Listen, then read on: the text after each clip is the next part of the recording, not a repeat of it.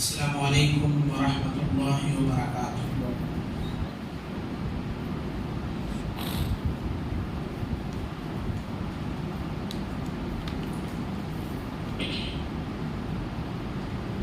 الحمد للہ رب العالمین والصلاة والسلام علی سید المرسلین، اما بعد، اعوذ باللہ من الشیطان الرجیم، بسم اللہ الرحمن الرحیم۔ فَإِذَا فَرَغْتَ فَانصَبْ وَإِلَى رَبِّكَ فَارْغَب۔ عن عبد الله بن عباس رضي الله عنهما قال قال رسول الله صلى الله عليه وسلم: اغتنم خمسا قبل خمس، شبابك قبل هرمك، وصحتك قبل سقمك، وغناك قبل فقرك، وفراغك قبل شغلك، وحياتك قبل موتك۔ أخرجه الحاكم في المستدرك وصححه الألباني۔ محترم حضرات، بزرگوں، نوجوان ساتھیوں، پردہ نشین، خواتین اسلام، عزیز بچوں، مسلمانوں کی زندگی میں وقت کی اہمیت، اس اہم موضوع کے تحت آج بھی انشاءاللہ ہم قرآن و حدیث کی روشنی میں آپ کے سامنے کچھ اہم اور ضروری باتیں بیان کریں گے۔ دیکھیے، انسانی زندگی میں وقت کی بڑی اہمیت ہے۔ ہم کو اپنے وقت کا صحیح استعمال کرنا چاہیے، خاص طور پر جو فرصت اور فراغت کے اوقات، فری ٹائم ہے، ان کو اللہ کی مرضی کے مطابق گزارنا چاہیے اور ان کے غلط استعمال سے بچنا اور پرہیز کرنا چاہیے۔ یاد رکھیں، اللہ رب العالمین کے یہاں وقت کے بارے میں بھی سوال ہوگا، ہمیں وقت کا بھی حساب دینا ہوگا۔ نبی کریم صلی اللہ علیہ وسلم نے ایک صحابی رسول کو نصیحت کرتے ہوئے فرمایا: اغتنم خمسا قبل خمس، 5 چیزوں کو 5 چیزوں سے پہلے غنیمت سمجھو، ان 5 چیزوں کی قدر کرو۔ پہلی چیز، شبابک قبل حرمک، اپنی جوانی کو اپنے بڑھاپے سے پہلے غنیمت سمجھو۔ جوانی میں حوصلے بلند ہوتے اور اعضاء اور قوا طاقتور ہوتے، ہر میدان میں انقلاب برپا کرنے کی صلاحیت موجود ہوتی ہے۔ اپنی جوانی کو اپنے بڑھاپے سے پہلے غنیمت سمجھو۔ دوسری بات، وصحتک قبل سقمک، اپنی صحت اور تندرستی کو بیماری کے آنے سے پہلے غنیمت سمجھو۔ تیسری چیز، وغناک قبل فقرک، اپنی مالداری کو اپنی محتاجگی سے پہلے غنیمت سمجھو۔ چوتھی چیز، وفراغک قبل شغلک، اپنے فرصت کے اوقات کو، فری ٹائم کو مشغولیت اور مصروفیت سے پہلے غنیمت سمجھو۔ پانچویں چیز، وحیاتک قبل موتک، اپنی زندگی کو اپنی موت سے پہلے غنیمت سمجھو۔ تو نبی کریم صلی اللہ علیہ وسلم نے اس حدیث میں 5 چیزوں کی خاص طور پر قدر کرنے اور ان کو غنیمت سمجھنے کی تلقین کی ہے۔ یہ 5 چیزیں تقریباً ہر انسان کی زندگی میں آتی ہیں اور ہر انسان کی حیات مستعار، اس کی زندگی ان 5 چیزوں سے جڑی ہوئی ہے، لہذا ہمیں ان کی اہمیت کو سمجھنا چاہیے اور ان کے ہوتے ہوئے ان کی قدر کرنی چاہیے، ان کے ضیاع اور ان کی بربادی سے بچنا چاہیے۔ جیسا کہ میں نے بتایا کہ ہماری زندگی کے بارے میں، وقت کے بارے میں اللہ رب العالمین کے یہاں سوال ہوگا۔ زندگی کے ایک ایک لمحے کا اور ایک ایک سیکنڈ کا اللہ رب العالمین کو حساب دینا ہوگا۔ حضرت عبداللہ بن عباس رضی اللہ عنہ بیان فرماتے ہیں، نبی کریم صلی اللہ علیہ وسلم نے فرمایا لا تزول قدم ابن آدم من عند ربی حتی یسأل عن خمس۔ اللہ رب العالمین کے پاس سے بندے کے دونوں پیر، کسی بندے کے دونوں پیر اس وقت تک نہیں ہٹ سکتے ہیں جب تک کہ اس سے 5 سوال نہ کر لیا جائے، 5 چیزوں کے بارے میں پوچھ نہ لیا جائے، تب تک کوئی بندہ رب العالمین کی بارگاہ سے اپنا قدم ہٹا نہیں سکتا۔ پہلا سوال کیا ہوگا؟ پوری عمر کے بارے میں سوال ہوگا۔ اچھا، ایک بات یہاں یاد رکھیں کہ وہ سوال بند کمرے میں نہیں ہوگا، اللہ ہوگا، ہم اور آپ ہوں گے، ایسا نہیں، اور جو ہے تنہائی میں سوال نہیں ہوگا، بلکہ یہ سوال میدان محشر میں ہوگا۔ اس میدان میں دنیا کے پہلے انسان سے لے کر دنیا کے آخری انسان تک سارے لوگ موجود ہوں گے، انبیاء، اولیاء، اتقیاء، صلحاء، بڑے بڑے نیک اور تقوی پرست لوگ، سب کی نگاہیں جھکی ہوئی ہوں گی، سب پر لرزہ اور خوف طاری ہوگا۔ انبیاء علیہ السلام ربی سلم ربی سلم کی رٹ لگا رہے ہوں گے، اے اللہ آج مجھے بچا لے، اے اللہ آج مجھے بچا لے، اے اللہ آج میری حفاظت فرما۔ ایسے ماحول میں اللہ تعالیٰ ہر بندے سے یہ 5 سوال کرے گا۔ پہلا سوال کیا ہوگا؟ ان عمرہ فیما افنا، پوری زندگی کے بارے میں ایک سوال ہوگا، بتاؤ میں نے تمہیں جو زندگی دیا تھا، عمر عطا کی تھی، 60 سال، 70 سال، 90 سال، 100 سال کی جو زندگی میں نے تمہیں عطا کی تھی، تم نے اس پوری زندگی کو کہاں گزارا؟ زندگی کے قیمتی لمحات کو کہاں صرف کیا؟ ایک سوال میں اللہ تعالیٰ پوری زندگی کا ہم سے حساب لے لے گا۔ ہر ایک سے یہ سوال ہوگا، چاہے آدمی غریب ہو چاہے امیر ہو، چاہے آدمی عالم ہو چاہے غیر عالم ہو، چاہے شہری ہو چاہے دیہاتی ہو، چاہے حاکم ہو چاہے محکوم ہو، چاہے مرد ہو چاہے عورت ہو، ہر ایک سے سوال ہوگا ان عمرہ فیما افنا، ہم نے تمہیں جو زندگی عطا کی تھی، تم نے اس زندگی کا کیسے استعمال کیا؟ دوسرا سوال، زندگی کا جو سب سے قیمتی سرمایہ ہے، ہماری جوانی، اللہ تعالیٰ جوانی کے بارے میں سوال کرے گا، وعن شبابی فیما ابلاہ، تم نے جوانی کو کہاں گزارا، کہاں صرف کیا، کن کن لوگوں کے ساتھ گزارا، کن کن کاموں میں گزارا؟ تو پوری زندگی میں سے جوانی کے بارے میں ایک الگ سے سوال ہوگا۔ پہلے تو پوری زندگی کا سوال ہوگا، اس کے بعد جوانی کے بارے میں الگ سے خاص سوال ہوگا۔ تیسرا اور چوتھا سوال مال کے بارے میں ہوگا، وعن مالہ من این اکتسبہ وفیما انفقہ، مال کے بارے میں 2 سوال ہوگا، مال کہاں سے کمایا، حلال جگہوں سے کمایا یا حرام جگہوں سے کمایا، کمائی کا طریقہ حلال تھا یا حرام تھا، یہ ایک سوال ہوگا۔ دوسرا سوال، پھر مال کو کہاں خرچ کیا، اللہ کی مرضی کے کاموں میں خرچ کیا یا حرام کاموں میں خرچ کیا، بھلائی کو فروغ دینے کے لیے خرچ کیا یا برائی کی نشر و اشاعت کے لیے خرچ کیا، مال کہاں خرچ کیا؟ مال کے بارے میں 2 سوال، کہاں سے کمایا اور کہاں خرچ کیا۔ ایک آخری سوال علم کے بارے میں ہوگا، وَمَاذَا عَمِلَ فِيمَا عَلِمَ، جو کچھ سیکھا، جتنا علم حاصل کیا، جتنا پڑھا، اس کے مطابق کتنا عمل کیا، جو کچھ سیکھا اس کے مطابق کتنا عمل کیا۔ تو علم و عمل کے بارے میں اللہ رب العالمین ایک خاص سوال کرے گا۔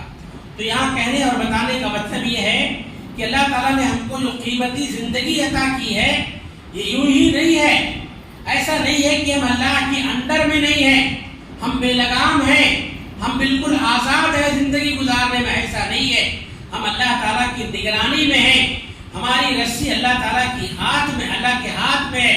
اللہ تعالیٰ قیامت کے دن پوری زندگی کے بارے میں سوال کرے گا۔ اس لیے ہم اللہ رب العالمین کی دی ہوئی قیمتی زندگی کا صحیح استعمال کریں، اور خاص طور پر جو فرصت کے اوقات آتے ہیں، فرصت کے اوقات کا ہم صحیح استعمال کریں، اللہ کی مرضی کے کاموں میں گزاریں، اللہ کو ناراض کرنے والے کاموں سے بچیں۔ اس سلسلے میں ایک اہم بات یہ یاد رکھیں، دیکھیں وقت انتہائی تیزی سے گزر رہا ہے، وقت کو کوئی پکڑ نہیں سکتا۔ ان الوقت کالسیف ان لم تقطعہ یقطعک، وقت تلوار کی طرح سے ہے، اگر آپ وقت کو صحیح طور پر نہیں گزاریں گے، وقت سے کما حقہ فائدہ نہیں اٹھائیں گے، وقت آپ کو گزار کر چلا جائے گا، آپ کو کاٹ کر چلا جائے گا، آپ ہاتھ ملتے رہ جائیں گے۔ تو وقت تلوار کی طرح سے ہے، آپ اس سے کما حقہ فائدہ نہیں اٹھا پائیں گے، وقت آپ سے ہاتھ چھڑا کر چلا جائے گا، گزر جائے گا، اور آپ یوں ہی ہاتھ ملتے رہ جائیں گے۔ تو وقت تیزی سے گزر رہا ہے، اور وقت کا تیزی سے گزرنا یہ قیامت کی نشانیوں میں سے ایک نشانی ہے۔ نبی کریم جناب محمد رسول اللہ صلی اللہ علیہ وسلم بیان فرماتے ہیں، حضرت انس بن مالک اور حضرت ابو ہریرہ رضی اللہ عنہما دونوں اس حدیث کے راوی ہیں۔ آپ صلی اللہ علیہ وسلم فرماتے ہیں، لا تقوم الساعة حتى يتقارب الزمان، حتى يتقارب الزمان، قیامت اس وقت تک قائم نہیں ہوگی یہاں تک کہ زمانہ قریب قریب ہو جائے گا، وقت قریب ہو جائے گا۔ وقت قریب ہونے کا مطلب کیا ہے؟ وقت کو سمیٹ دیا جائے گا۔ پھر آپ صلی اللہ علیہ وسلم اس کی وضاحت کرتے ہیں، فَتَكُونُ السَّنَةُ كَالشَّهْرِ، قیامت کے قریب قریب میں ایک سال ایک مہینے کے برابر ہو جائے گا، وَالشَّهْرُ كَالْجُمْعَةِ، اور ایک مہینہ ایک جمعہ یعنی ایک ہفتے کے برابر ہو جائے گا، وَتَكُونُ الْجُمْعَةُ كَالْيَوْمِ، اور ایک ہفتہ ایک دن کے برابر ہو جائے گا، وَيَكُونُ الْيَوْمُ كَالسَّاعَةِ، اور ایک دن ایک گھنٹے ایک ساعت کے برابر ہو جائے گا، وَتَكُونُ السَّاعَةُ كَالذَّرَّةِ بِالنَّارِ، اور اسی طرح سے ایک گھنٹہ آگ میں جلنے والی کھجور کی پتی کے برابر ہو جائے گا۔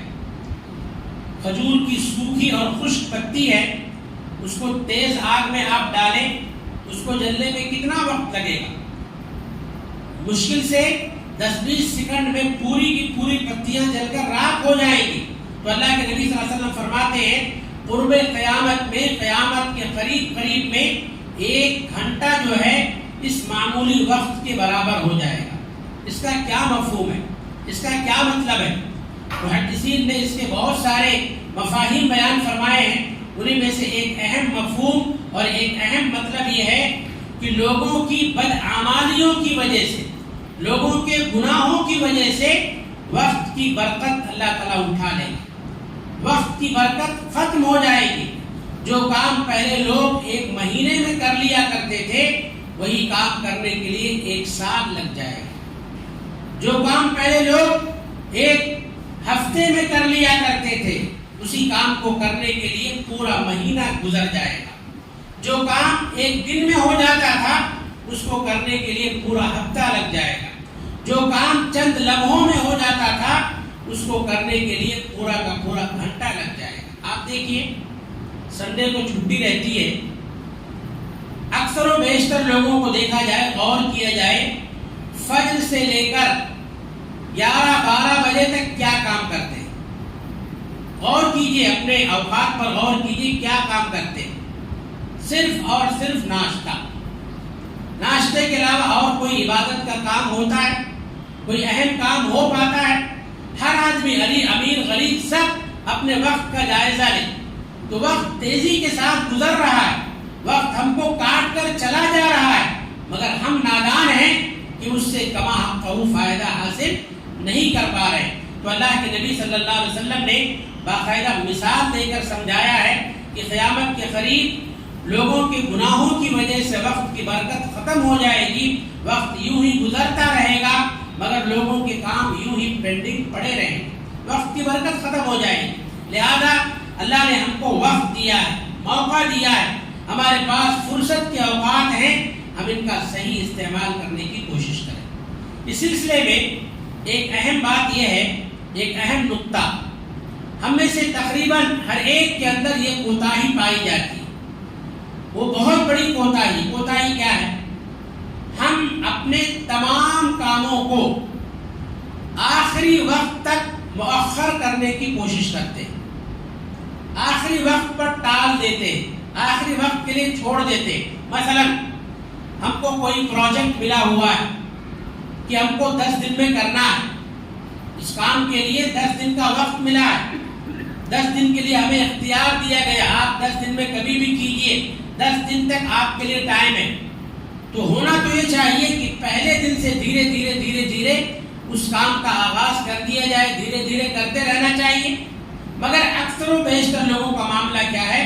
اس کو آخری دن پر چھوڑ دیتے ہیں۔ اور یہ ایک کام کا معاملہ نہیں، تقریباً تمام کاموں کا یہی معاملہ ہے۔ ہم اپنے کام کو آخری وقت تک کے لیے ٹال دیتے، اس کو مؤخر کر دیتے، بعد میں دیکھا جائے گا، بعد میں کر لیں گے۔ بعد میں کرتے کرتے کیا ہوتا ہے؟ ایک ساتھ کئی کام اکٹھا ہو جاتے ہیں، ایک ساتھ کئی کام جمع ہو جاتے ہیں، اور کاموں کے ٹینشن کی وجہ سے کبھی کبھی آدمی ڈپریشن میں چلا جاتا ہے، تناؤ کا شکار ہو جاتا ہے، اس سے کوئی بھی کام صحیح ڈھنگ سے انجام نہیں ہو پاتا، اور کبھی کبھی بعض کام ہو پاتے ہیں، بعض کام نہیں ہو پاتے۔ تو یہ ہماری بہت بڑی غلطی ہے، بہت بڑی کوتاہی ہے کہ ہر کام کو اس کے آخری وقت تک مؤخر نہیں کرنا چاہیے، اس کے آخری وقت تک نہیں ٹالنا چاہیے، بلکہ جتنا وقت ملا ہے اس کام کے لیے، 10 دن کا وقت ملا ہے، تو ہر دن تھوڑا تھوڑا کام کرتے رہیں۔ ہر دن تھوڑا تھوڑا کام کریں گے تو کام کے اندر اگر کچھ کمی ہے، کچھ فالٹ ہے، تو اس کی جو ہے اصلاح بھی ہو جائے گی، اور اگر آخری وقت پر ٹال دیں گے تو کوئی بھی کام صحیح ڈھنگ سے نہیں ہو پائے گا۔ یہ بہت بڑی کوتاہی ہے، اس کو سدھارنے کی ضرورت ہے، زندگی کے تمام معاملات میں اس کی اصلاح کی ضرورت ہے۔ دیکھیے، آج کے درس کی آخری بات یا آخری پوائنٹ یہ ہے کہ اللہ تعالیٰ نے ہم کو وقت دیا، فرصت کے اوقات ہم کو ملتے، تو ہمیں ایسے اوقات میں ایسے کاموں کی طرف خاص توجہ دینی چاہیے کہ جن میں محنت کم ہو، فائدہ زیادہ ہو، دینی اعتبار سے محنت کم ہو اور فائدہ زیادہ ہو۔ ایسے چھوٹے چھوٹے کام، ایسی چھوٹی چھوٹی نیکیاں جس کے بے شمار فضائل، بے شمار فوائد اور ثمرات بیان کیے گئے ہیں، خاص طور پر فرصت کے اوقات میں ہمیں ان کاموں کی طرف خصوصی توجہ دینی چاہیے اور ان کو انجام دینے کی کوشش کرنا چاہیے۔ خاص طور پر ایسے اوقات میں جبکہ ہم کسی چیز کے انتظار میں ہوں، انتظار کے اوقات میں، مثال کے طور پر آپ دواخانے گئے، ہاسپٹل گئے، ڈاکٹر کو بتانا ہے، بھیڑ لگی ہوئی ہے، آپ کا نمبر آتے آتے آدھا گھنٹہ بھی ہو سکتا ہے، 1 گھنٹہ بھی ہو سکتا ہے، مریضوں کی رش ہے۔ اب ایسے وقت میں ڈاکٹر کو کوسنے کے بجائے بہت تاخیر کر رہا ہے، بہت دیر کر رہا ہے، یا اپنی قسمت کو کوسنے کے بجائے نیکیوں پر توجہ دیں، چھوٹے چھوٹے کاموں پر، نیکی کے کاموں پر توجہ دیں، ان پر دھیان دیں، ان پر عمل کریں، انشاءاللہ اس انتظار کے وقت میں ہماری نیکیوں میں اضافہ ہو جائے گا۔ آپ سفر پر جانا چاہتے، بس اسٹینڈ میں ہیں یا ریلوے اسٹیشن میں ہیں یا ایئرپورٹ پر ہیں، آپ بس، ٹرین یا ایروپلین کے انتظار میں ہیں، ابھی آپ کی گاڑی آنے میں آدھا گھنٹہ 1 گھنٹہ وقت باقی ہے، تو آپ بیزار ہونے کے بجائے یا آپ جو ہے اس وقت بیتاب ہونے کے بجائے یا پریشان ہونے کے بجائے نیکیوں پر دھیان دیں، نیکیوں پر توجہ دیں۔ اکثر و بیشتر لوگوں کو دیکھا جاتا ہے، آج فون کا زمانہ ہے، موبائل کا زمانہ ہے، انتظار کی گھڑیوں میں، انتظار کے اوقات میں بار بار جیب سے فون نکالتے ہیں، چیک کرتے رکھتے ہیں، فون نکالتے ہیں، چیک کرتے رکھتے ہیں، کوئی کام ان سے نہیں ہو پاتا ہے۔ تو اسلامی شریعت ایسے اوقات میں ہم کو کیا تعلیم دیتی ہے، اور اہل علم نے ایسے اوقات کو صحیح طور پر گزارنے کے لیے کیا مشورہ دیا ہے، ہم کو کون سے ایسے کاموں کی طرف توجہ دینی چاہیے کہ ایسے اوقات میں ہم جو ہے ان کاموں کو انجام دے دیں۔ آپ راستے میں جا رہے ہیں، ٹریفک میں پھنس گئے ہیں، یا سگنل پر آپ کی گاڑی لگ گئی ہے، کبھی کبھی 1 منٹ 2 منٹ آپ کو انتظار کرنا پڑتا ہے، 1 منٹ میں آپ نیکی کے بہت سے کام کر سکتے ہیں۔ تو آئیے میں کچھ ایسے کام گناتا ہوں جو کام بہت ہلکے پھلکے ہیں، بہت معمولی ہیں، لیکن اجر و ثواب کے اعتبار سے بہت بڑے ہیں، ان پر بہت زیادہ اجر و ثواب کا اللہ کی طرف سے وعدہ کیا گیا ہے۔ آپ 1 منٹ میں 10 مرتبہ قل هو اللہ احد کی سورہ پڑھ سکتے ہیں۔ 1 منٹ میں 1 سے 1.5 منٹ میں آپ قل هو اللہ احد کی سورہ 10 مرتبہ پڑھ سکتے ہیں۔ اللہ کے نبی صلی اللہ علیہ وسلم کی حدیث سنیں، اس کا فائدہ کیا ہے۔ اللہ کے نبی صلی اللہ علیہ وسلم فرماتے ہیں من قرأ قل هو اللہ احد حتى يختمها 10 مرات بنى اللہ له قصرا فی الجنہ۔ امام البانی رحمۃ اللہ علیہ نے ان کی حدیث کی کتاب ہے سلسلۃ الاحادیث الصحیحہ، صحیح احادیث کا مجموعہ، انہوں نے اس مجموعے میں اس حدیث کو نقل کیا، ذکر کیا۔ اللہ کے نبی صلی اللہ علیہ وسلم فرماتے ہیں کہ جو شخص 10 مرتبہ ختم تک مکمل سورۃ الاخلاص پڑھ لے، 10 مرتبہ جو شخص سورۃ الاخلاص پڑھ لے تو اللہ تعالیٰ اس کے لیے جنت میں ایک محل بنائے۔ اللہ، جنت میں اللہ تعالیٰ اس کے لیے ایک محل تعمیر کرے۔ اب جنت کا محل کیسا ہوگا ایک الگ موضوع ہے، میں اس کی تفصیل میں نہیں جانا چاہتا۔ جنت کے محلوں میں 1 اینٹ سونے کی، 1 اینٹ چاندی کی ہوگی، اور اس میں جو گارا اور مسالہ استعمال کیا گیا ہوگا وہ مشک عنبر خوشبو کا ہوگا۔ آپ 10 مرتبہ سورہ اخلاص پڑھیے، آپ کے لیے انشاءاللہ ثم انشاءاللہ اللہ تعالیٰ جنت میں ایک محل تعمیر کرے گا۔ اللہ کے نبی صلی اللہ علیہ وسلم ایک اور جگہ فرماتے ہیں قل هو اللہ احد کے بارے میں کہ قل هو اللہ احد تعدل ثلث القرآن، یہ ایک سورہ 1/3 قرآن کے برابر ہے، 1/3 قرآن کے برابر ہے۔ اس میں اللہ رب العالمین کی مکمل توحید کا بیان ہے۔ اس سورہ کے اندر اللہ رب العالمین کا بڑے بہتر اور مختصر انداز میں تعارف پیش کیا گیا ہے۔ آپ انتظار کے وقت میں ہیں، آپ سورہ اخلاص پڑھتے رہیے، آپ کی نیکیوں میں اضافہ ہوتا رہے گا، اور اللہ تعالیٰ آپ کے صبر پر آپ کو اجر دے گا۔ انشاءاللہ جنت میں اللہ تعالیٰ آپ کے لیے محل تعمیر کرے گا۔ اس کے علاوہ ایک کلمہ ہے، بڑا پیارا کلمہ، سبحان اللہ و بحمدی، صرف سبحان اللہ و بحمدی آپ 2 سے 3 منٹ میں سبحان اللہ و بحمدی 100 مرتبہ پڑھ سکتے ہیں۔ اللہ کے نبی صلی اللہ علیہ وسلم فرماتے ہیں، صحیح بخاری کی حدیث ہے، آپ فرماتے ہیں من قال سبحان اللہ و بحمدہ فی اليوم 100 مرہ، من قال سبحان اللہ و بحمدہ فی اليوم 100 مرہ حتت عنہ خطایاہ وإن کانت مثل زبد البحر۔ آپ صلی اللہ علیہ وسلم فرماتے ہیں کہ جو شخص ایک دن میں 100 مرتبہ، کتنے مرتبہ؟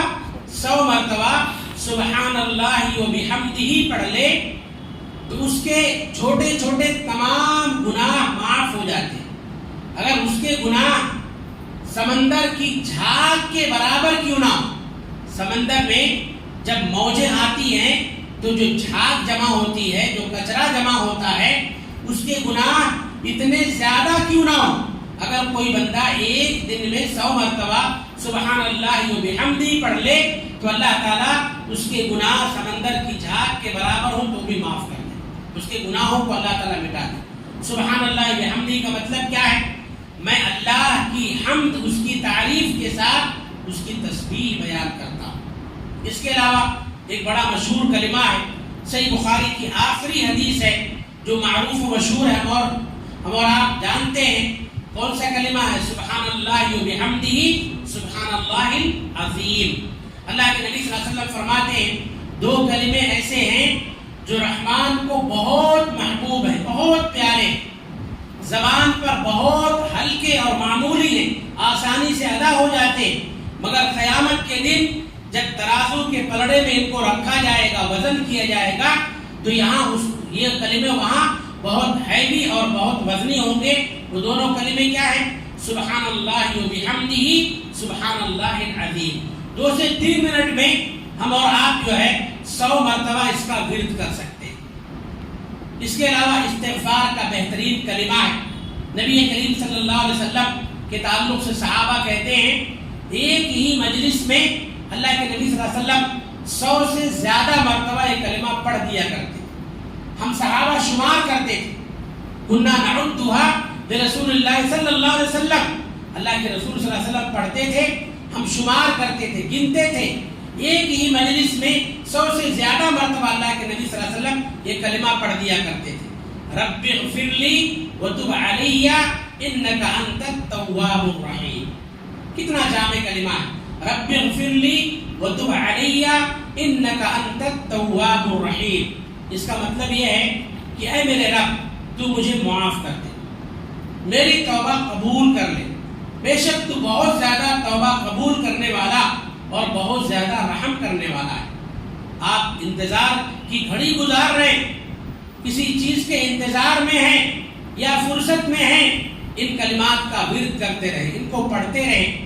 زبان پر بڑے ہلکے پھلکے، بڑی آسانی سے ادا ہو جاتے ہیں، تھوڑی دیر میں آپ یہ نیک عمل انجام دے سکتے ہیں، مگر اس کا ثواب دیکھیں آپ کتنا زیادہ ہے۔ ایک بہترین کلمہ ہے لا حول ولا قوت الا باللہ۔ جانتے ہیں اس کے بارے میں اللہ کے نبی صلی اللہ علیہ وسلم کیا فرماتے ہیں؟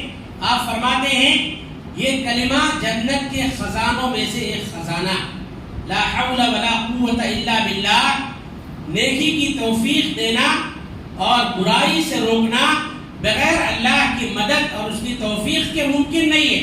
یہ کلمہ جنت کے خزانوں میں سے ایک خزانہ ہے۔ 2 سے 3 منٹ میں ہم 100 مرتبہ آپ پڑھ سکتے ہیں۔ اللہ کے نبی صلی اللہ علیہ وسلم پر درود بھیج سکتے ہیں آپ مختصر وقت میں۔ اللہ کے نبی صلی اللہ علیہ وسلم فرماتے ہیں کہ جو شخص اللہ تعالیٰ پر ایک مرتبہ درود پڑھتا ہے، ایک مرتبہ درود بھیجنے کا فائدہ، کوئی ایک مرتبہ نبی پر درود بھیجتا ہے تو اللہ تعالیٰ اس پر 10 رحمتیں نازل فرماتا ہے، اس کے 10 درجات کو اللہ تعالیٰ بلند فرماتا ہے، اس کی 10 خطاؤں کو اللہ تعالیٰ معاف فرماتا ہے۔ ایک بار درود پڑھیں تو کتنا فائدہ؟ 3 بڑے بڑے فائدے۔ اللہ تعالیٰ کی 10 رحمتیں اترتی ہیں، آپ کے 10 درجے بلند ہوں گے، آپ کے 10 گناہ معاف ہوں گے۔ اگر اسی کو آپ 10 بار پڑھیں تو کیا ہوگا؟ 100 کا فائدہ ہوگا۔ 10 بار پڑھیں گے اللہ کی 100 رحمتیں ملیں گی، اللہ تعالیٰ آپ کے 100 درجے بلند کرے گا، 100 گناہوں کو معاف فرمائے گا۔ اب ذرا سوچئے 10 مرتبہ آپ کو درود پڑھنا ہے ایک جگہ بیٹھ کر، کتنا ٹائم لگے گا؟ 2 سے 3 منٹ میں آپ آسانی سے پڑھ سکتے ہیں۔ تو کام چھوٹے چھوٹے، کام معمولی ہیں، وقت کم لگ رہا ہے، مگر اس کے فوائد، اس کے ثمرات بہت زیادہ ہیں۔ تقریباً تمام لوگوں کے ہاتھوں میں موبائل ہوتی ہے، موبائل میں بلا بدتر ساری چیزیں، الحمدللہ قرآن بھی موجود ہے۔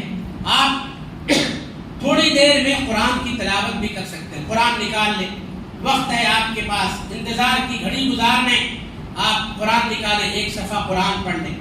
ایک صفحے میں آپ کو سینکڑوں حروف مل جائیں گے، اور آپ جانتے ہیں قرآن سے ایک حرف پڑھیں گے اللہ تعالیٰ آپ کو 10 نیکیاں عطا فرمائے گا۔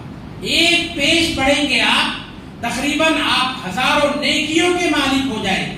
تو میرے بھائیوں، معزز ماں اور بہنوں، کرنے کے کام بہت سے، یہ ایسے کام میں نے گنائے ہیں جو بہت ہلکے پھلکے ہیں، بہت معمولی ہیں، جن کو انجام دے کر ہم زیادہ سے زیادہ ثواب حاصل کر سکتے ہیں۔ تو اللہ تعالیٰ اگر ہم کو وقت دے، موقع دے، ہمارے پاس فرصت کے اوقات ہیں، فرصت کے لمحات ہیں، تو ہم ان کا صحیح استعمال کرنے کی کوشش کریں، اللہ رب العالمین کی عبادت اور اطاعت میں گزاریں۔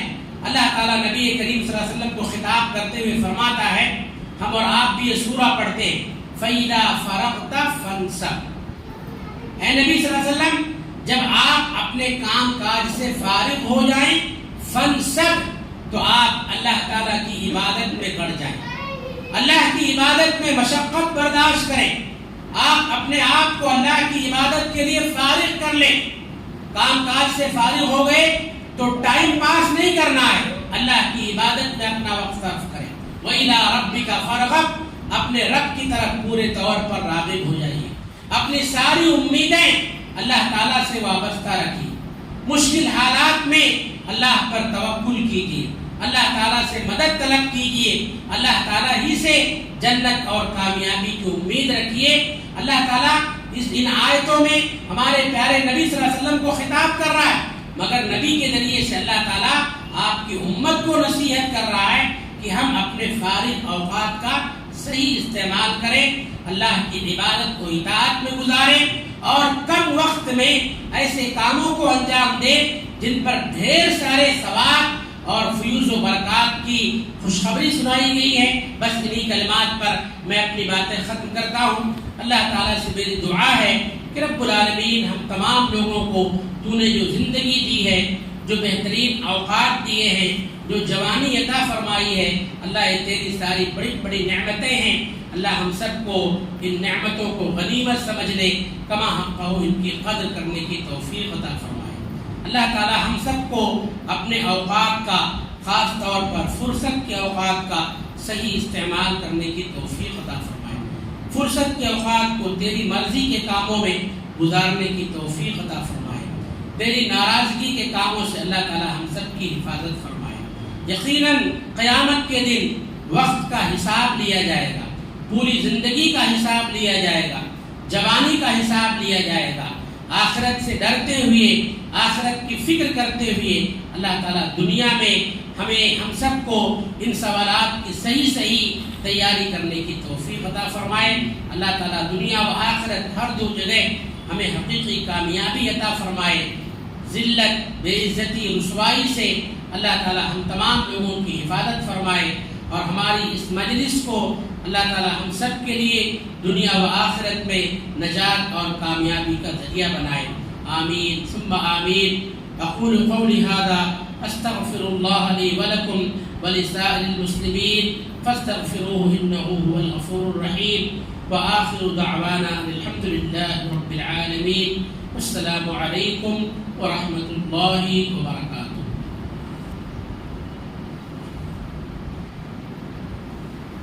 سے دعا ہے اللہ شیخ کے ایمان میں، عالم ایمان میں برکت عطا فرمائے، اور اللہ سے دعا ہے اللہ ہمارے بیٹھنے کو قبول فرمائے۔ اسی کے ساتھ مجلس دلہ پر پہنچتی ہے۔ سبحانک اللہم و بحمدک اشہد ان لا الہ الا انت استغفرک و اتوب